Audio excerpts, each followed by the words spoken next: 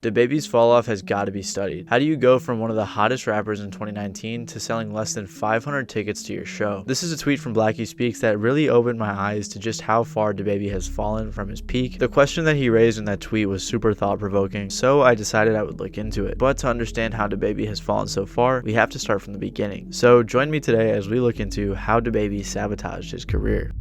So for this video, I'm basically going to be compiling a timeline of DaBaby's early career and all of his controversies, since they're both very crucial to this topic. But there's also another big component as to why he may be destroying his career, and no one's really been covering it, so I want to talk about that later in this video. So let's check it out. So DaBaby has been up to his antics ever since he started his music career. He sold everything he owned at the time to afford studio time and the necessary things to begin his career. His first rap name was Baby Jesus, and he later changed it to DaBaby in 2017. He may have had that name for marketing purposes, but I'm not quite sure. He also wore a diaper to South by Southwest in 2017, which he said was for marketing purposes. So you're kind of, I mean, you know, trolling is a general kind of term. No, I was marketing. As we can see, DaBaby was pretty big on marketing from the get-go, and earlier in his career, he would even go around putting up posters trying to encourage people to listen to his music, which is something we never see rappers do nowadays, and I really respect it because he was putting in the work. He had been releasing a solid amount of music since 2015, but he began getting attention and cosigns in 2018. That same year, in November, he would have one of his first major controversies when he shot and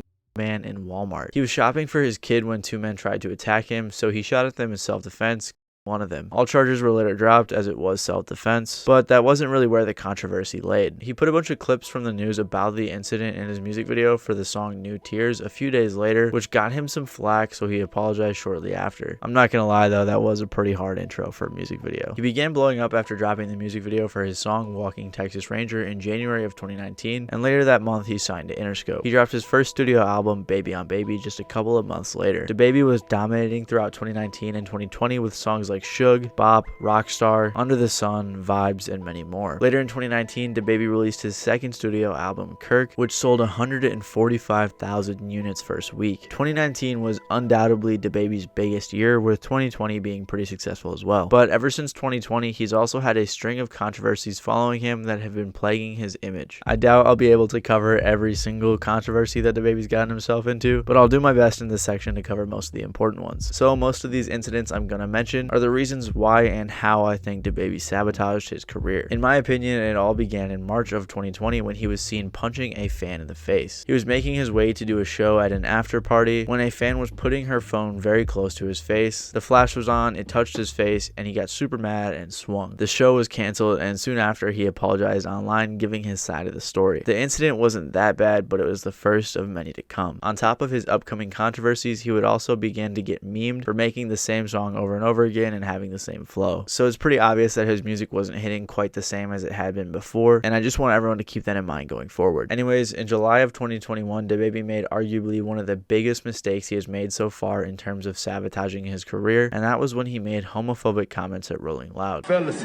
lights up. Fellas, if you ain't sucking in the parking lot, put your cell phone nice. Let's be real about this. Yeah, keep it fucking real. Some of y'all suspect as a mom. Let's be real.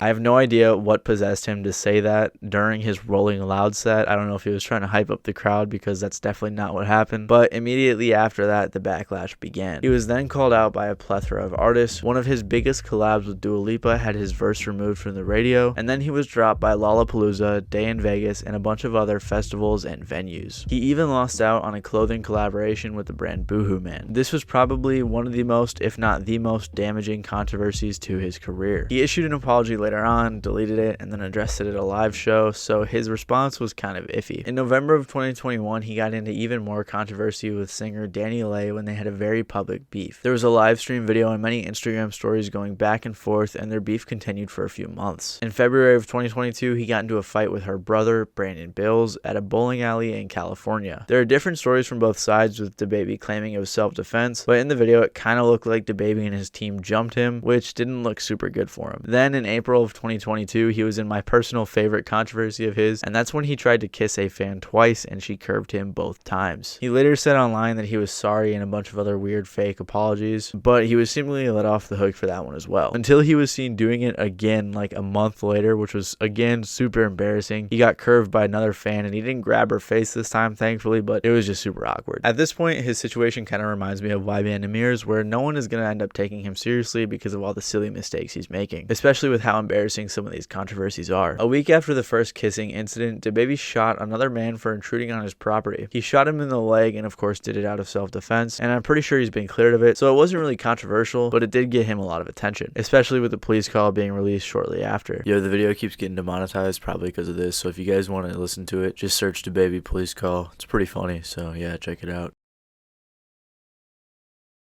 Then, a couple of weeks later, he was also seen punching his own artist, Wisdom, in the face for reasons that we still don't know. All of these controversies led up to this. A little over a week ago, DaBaby canceled a show because of low ticket sales, and apparently he sold less than 500 tickets in an arena that can hold 14,000 people, and some of the tickets were as low as $35. So why do all of these controversies matter? I mean, plenty of other big artists have recovered from big controversies, such as Chris Brown, for example, or maybe Kanye West. So why is this a big deal for DaBaby? Well, it seems like people have been way more focused on his controversies than they have his music, especially when it seems like the musical quality just hasn't been there, unlike a Chris Brown or a Kanye West. He hasn't had a hit song since Rockstar in 2020, so he seems to be becoming more of a gimmick rapper than an actual rapper, kind of like 6ix9ine. Obviously not as bad, but it's just an example.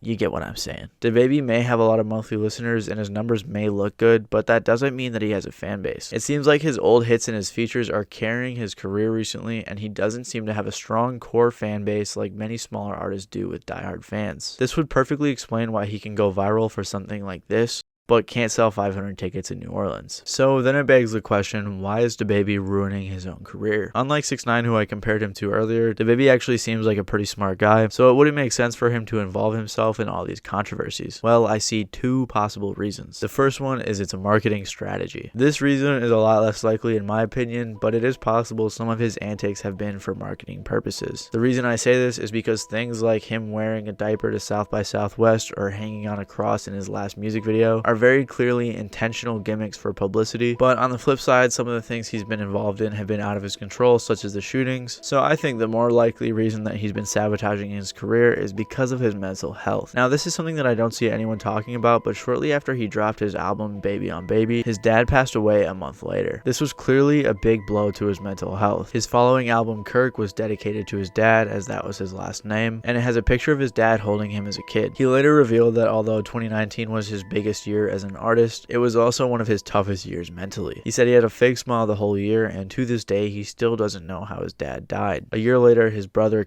himself, which was also probably a huge blow to his mental health. He dedicated the project My Brother's Keeper, Long Live G, to his brother in 2020, and like I said earlier, most of his controversies, beefs, and lash outs were all post 2020, after these two huge losses. Combine those losses with all of his hate and attention, and I'm willing to bet that they have a huge impact on his behavior. So regardless of how his career is going right now, I really do hope that he can make a change for the better. And when I say that DaBaby's sabotaging his career, I don't mean that it's over. Despite all the controversies, he's still extremely successful. He's still making music, he's still getting decent plays, and he's probably financially set for a very long time. His last album sold 67,000 units first week, which still isn't bad at all. However, the way that things are going right now, I could see this downward spiral continuing. If you like this video, you might like my latest video about the leaked music industry and the millions of dollars that are in circulation due to stolen music. Other than that, thank you guys for watching. This has been Matty Balls, and I'll see you guys next time.